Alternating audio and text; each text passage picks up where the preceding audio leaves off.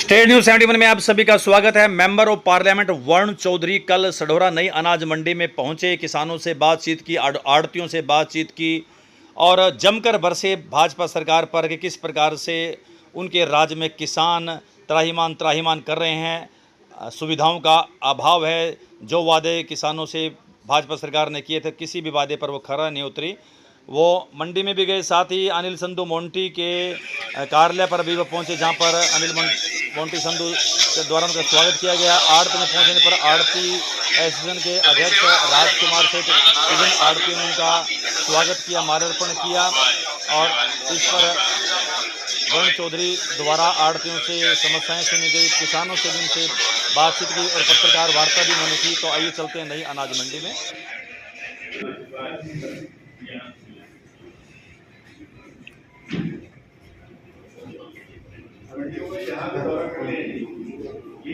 सामने आ रही है कि अभी तक में किसानों का भूखल ही नहीं हो तो दी जाए।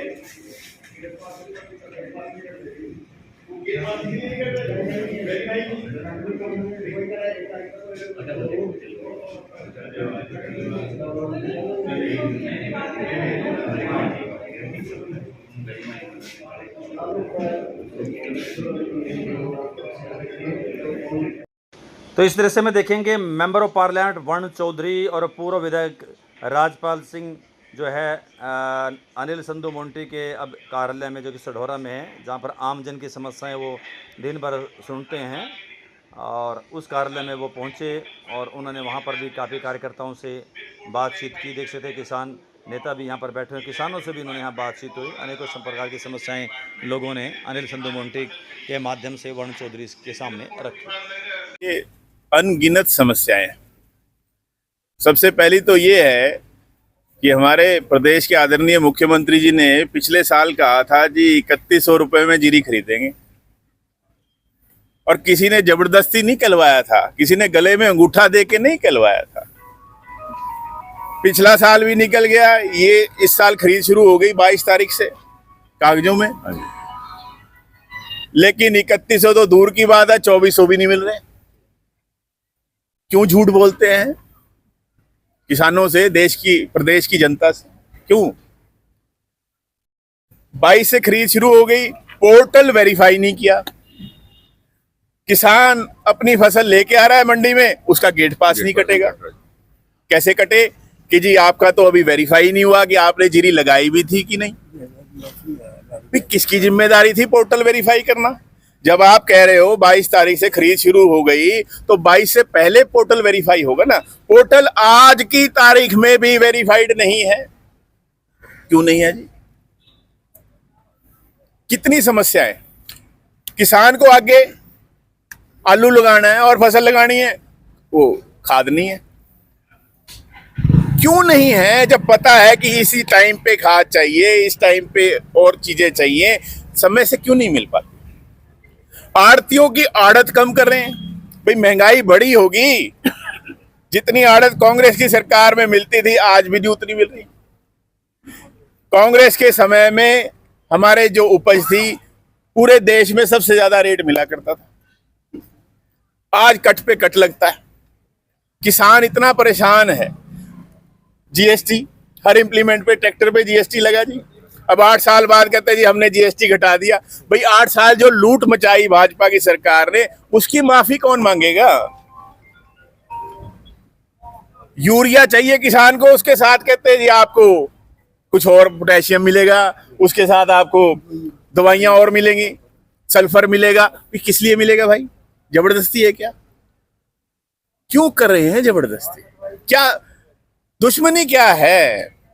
ऐसा जो है ये भाजपा की सरकार कर रही है कि कोई सरोकार ही नहीं रखती प्रदेश की जनता के साथ। अभी इतना नुकसान होके हटा, इतनी बारिशों में खेत का खेत नदी का हिस्सा बन गया, और ये कहते हैं जी 7 से 15 हजार रुपए मुआवजा देंगे। क्या उससे उसकी भरपाई हो जाएगी? क्या भरपाई होएगी? ना गरीब का सहारा बन रहे हैं, ना किसान का, ना कर्मचारी का, ना व्यापारी का। आज इतना बुरा हाल हो गया प्रदेश के अंदर, कानून व्यवस्था नहीं बची, जो कि सबसे पहली प्रदेश सरकार की जिम्मेदारी होती है कानून व्यवस्था बनाए रखना, इनसे वो भी नहीं होता। बेरोजगारी सबसे ज्यादा, लोग बाहर जा रहे थे, क्यों जा रहे हैं बाहर? भाई आप बताइए, कोई बाहर से भी आया क्या हमारे देश में कि हाँ जी हम भारत देश की नागरिकता लेंगे? सब छोड़ छोड़ के जा रहे हैं, क्योंकि इस भाजपा की सरकार में कोई आशा की किरण नहीं दिखाई दे रही। इतना नशा फैल गया, कोई ऐसा गांव नहीं, कोई ऐसा वार्ड नहीं जहां पर इस भाजपा की सरकार में नशा ना घुस गया हो। कोई रोकथाम नहीं। किस तरफ लेके जा रहे हैं प्रदेश को? और जो भी ये समस्याएं हैं उसको ठीक करने की तरफ कोई ध्यान नहीं। ट्रकों के ऊपर है कि भाई उसके ऊपर जीपीएस लगेगा, जो यहां से मंडी से माल उठाएगा। देख लेना आप भी यहीं हो, किस ट्रक में जीपीएस लगा हुआ है। फिर उस जीपीएस को देखने के लिए जो परचेजिंग एजेंसीज हैं, चाहे वो हमारा हैफेड है, चाहे वो हमारा डीएफएससी है, फूड एंड सप्लाई, उनके दफ्तरों में देख लो कि उसको देखने के लिए भी कोई प्रावधान है। आप जो जाके देखें वो भी नहीं है। किस तरफ लेके जा रहे हैं प्रदेश को?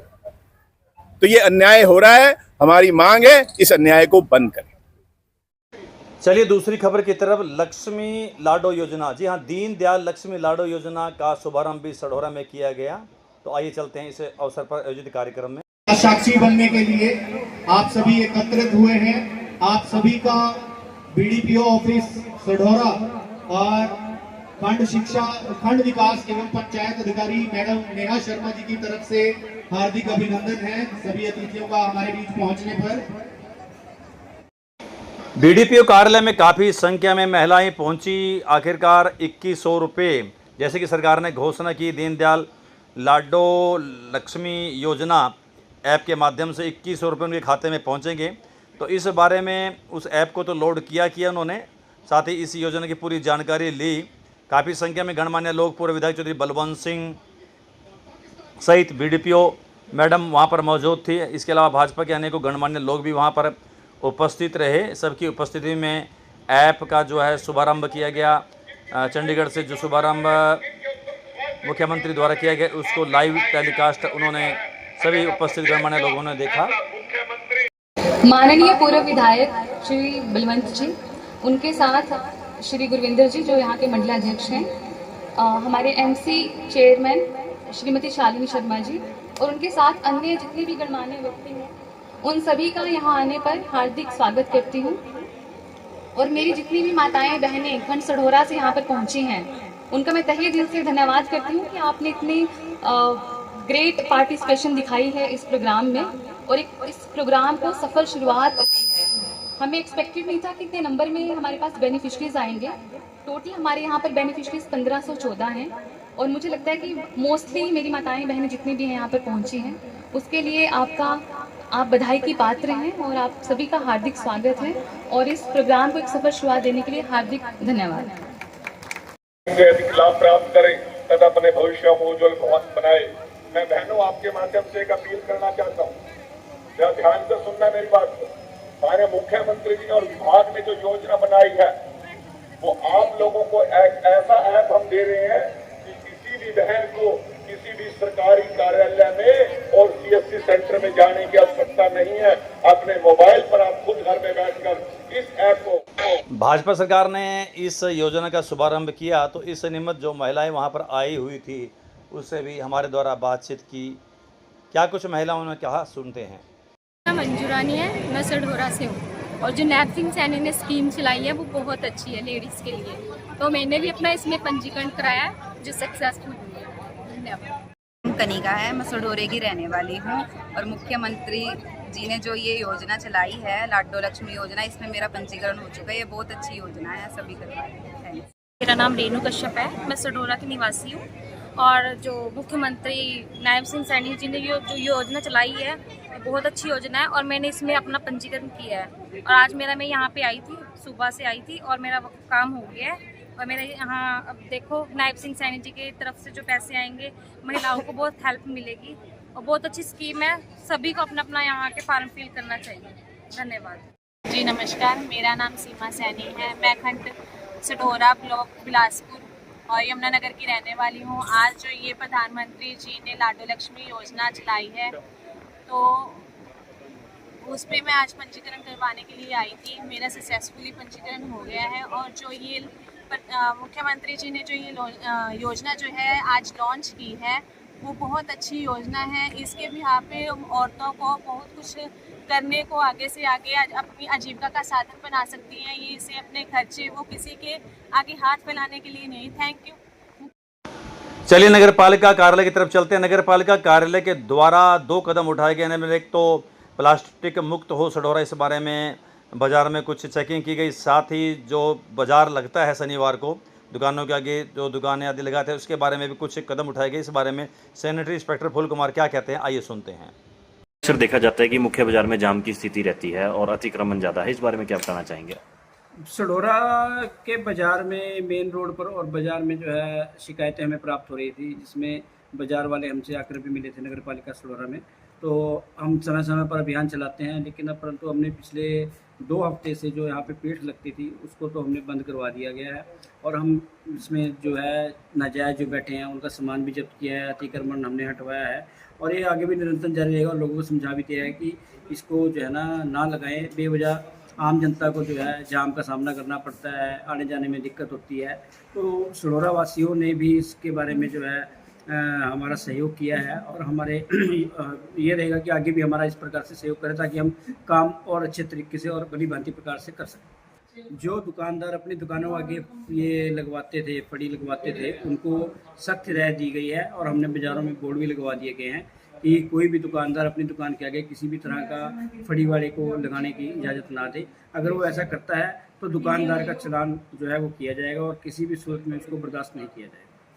हरियाणा सरकार द्वारा चलाए जा रहे सिंगल यूज़ प्लास्टिक के प्रतिबंध को देखते हुए एक टीम का गठन किया गया था, जिसमें शहर में निरीक्षण के दौरान कई दुकानदारों के चालान किए गए और परंतु कई भारी मात्रा में जो है सिंगल यूज़ प्लास्टिक जो है ना बरामद भी हुआ है, जिसमें एक दुग्गल ट्रेडिंग कंपनी है जिसके वहाँ से भारी मात्रा में जो है सिंगल यूज़ प्लास्टिक बरामद हुई है और उसके खिलाफ हमने कार्रवाई की है, चालान कर दिया गया है। बाकी और दुकानों का भी सिंगल यूज़ प्लास्टिक का चालान किया है।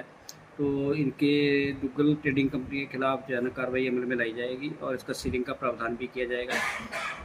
भविष्य में लोगों को समझाया भी गया है कि हरियाणा सरकार द्वारा जो सिंगल यूज़ प्लास्टिक प्रतिबंधित की गई है उसका इस्तेमाल ना करके जो आप है दूसरी प्लास्टिक जो सरकार ने मंजूर की हुई है उसका प्रयोग करें, या कैरी बैग जो थैले हैं उसका प्रयोग करें। सिंगल यूज़ प्लास्टिक का प्रयोग बिल्कुल बंद कर दें, जिसकी वजह से नालों में रुकावट पैदा हो जाती है, शहर में सफाई मतलब जो है ना गंदगी नज़र आती है, लोग इधर उधर फेंक देते हैं।